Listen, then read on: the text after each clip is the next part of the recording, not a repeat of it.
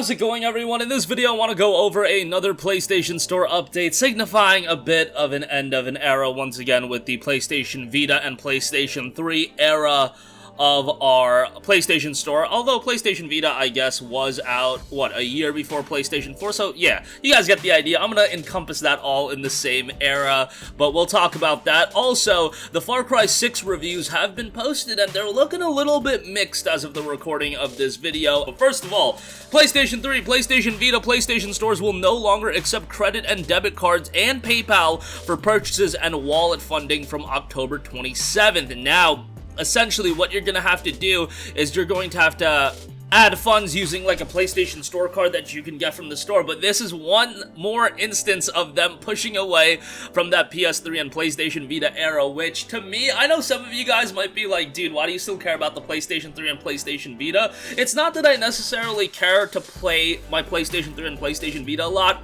It's more of a signifying moment of me getting old, because this is, like, the PlayStation 3 and PlayStation Vita, really the PlayStation 3 is the platform that I would say I spent a bulk of my teenage years on. I mean, I was playing the PlayStation 3 so much during high school, and I remember back then, everybody was an Xbox 360 guy, everybody was playing Xbox 360 games, and everybody was going on 360 multiplayer, and while I had a family member that had a 360, my platform of choice was always the PlayStation 3, and I remember I was literally playing nearly every exclusive that was coming out, from Infamous, Uncharted 2. I remember Uncharted 2, playing that for the first time. My god, what an experience that was. Obviously, these games haven't aged the best now that if you go back and play Uncharted 2, but Uncharted 2 back in 2009, guys, that game was a masterclass.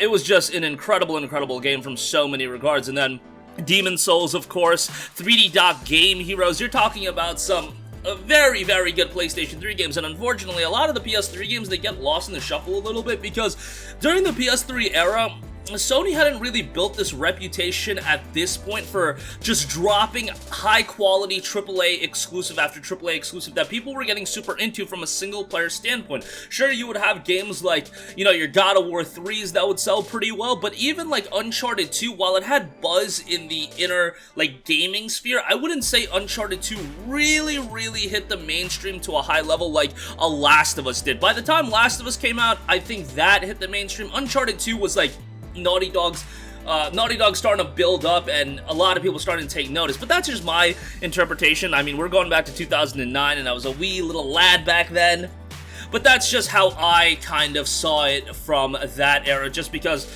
you know, all my boys were talking about Halo Reach, Halo 3, Battlefield even coming out, Bad Company 2, but, you know, none of those people were talking about Uncharted 2, even if they didn't have a PlayStation 3. It's like, they didn't even hear about Uncharted 2, they didn't even know about it, but now, obviously, that has kind of shifted, and everybody really knows about the PlayStation titles, at least I think so. Like, Spider-Man, all my friends now know about Spider-Man. God of War, obviously they know about that.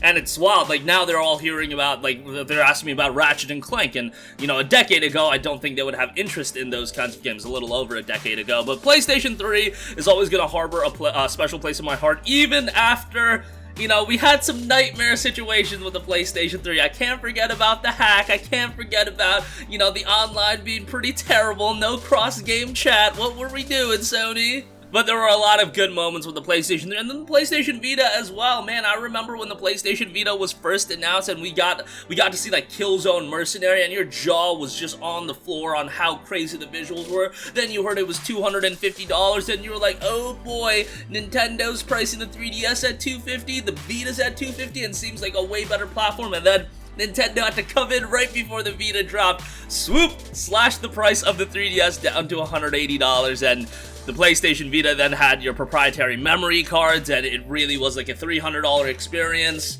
And yeah, you guys know the rest was history, but I love the PlayStation Vita as well. I can look at games like Freedom Wars, Soul Sacrifice, Gravity Rush, of course, Unit 13 from Zipper, Uncharted Golden Abyss, which we need a way to preserve some of those games on the PlayStation Vita so people can access them on different platforms. Like a game like Uncharted Golden Abyss, Killzone Mercenary, Unit 13, I mean, you can't really do Unit 13, but Soul Sacrifice, Tales of Hearts R, I mean, those are games that I would love to see be preserved for the long term. Persona 4 Golden, while it's available on PC, would like to see that on PlayStation as well.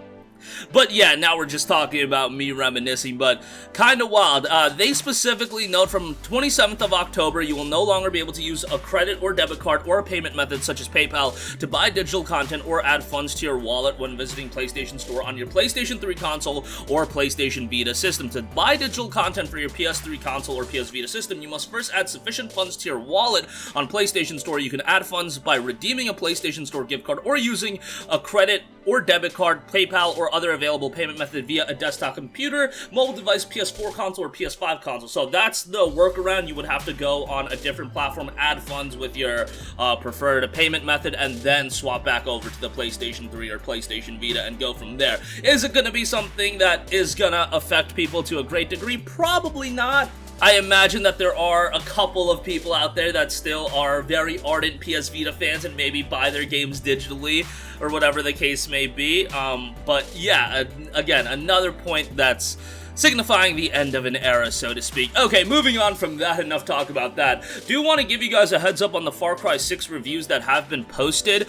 Currently has a 76 on Metacritic. I think that's a little bit lower than a lot of people expected. There are some very, very glowing reviews, don't get me wrong.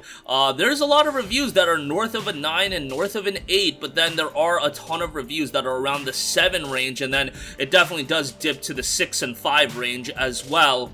A lot of it is noting that it is failing to innovate, which I don't, that was something I kind of expected. VGC gave it a 2 out of 5, noting it's visually stunning, but there's boring mission design, toothless story, and open world blandness at its worst. I always hate that when you have a colossal open world or a significant open world, but then it is a little bit bland and blasé and doesn't have much going on for it. That's why sometimes I think it's better to have more of a concise world and get to the point and have it live and, active rather than a big open world of nothingness. I don't know if that's going to be the case in Far Cry 6, but that is what I've always been saying I prefer out of my worlds in video games. A 76 on Metacritic definitely isn't a bad score. It's just like I know a lot of people were very, very much looking forward to the game and maybe expected it to score in the mid to high 80s. Metacritic is one review outlet or review aggregator. You got to play the game for yourself. I always recommend that. I'll be playing the game when it does drop, but yeah, 76 on that. Should also note real quick, Metroid Dread, 88 on that. Very nice to see. My special edition of that is coming in on Friday, and I'm super excited to try that out. This is probably one of my more anticipated games for the rest of the year, so definitely excited to see what Metroid Dread is going to offer. I'm a big Metroid guy, so while it's not Prime 4, Metroid Dread looks pretty awesome as well. But that's going to do it for me again. End of an era for the PlayStation Store with PS3 and PS Vita no longer allowing credit and debit cards or PayPal. You'll have to try other methods, but that'll be starting from October 27th, so 3 weeks from today. And pretty good reviews for Far Cry 6. I mean, okay reviews, I would say 76. I mean, that is a pretty good, objectively speaking, a pretty good Metacritic score, but Metroid Dread, on the other hand, an 88, very good on that. That's going to do it for me. Sound off with all of your thoughts in the comment section down below. Thank you for watching, and goodbye. Hey guys, we hope you enjoyed the video, and if you did, make sure to hit the subscribe button, and if you're already subscribed, do us a favor and hit the bell icon. This way you'll be notified whenever we post a new video. That's the best way to keep up with all of our uploads, and we usually try to upload 2 videos a day. And with the bell icon hit, you'll be notified whenever we do upload a video. As always, thanks for watching.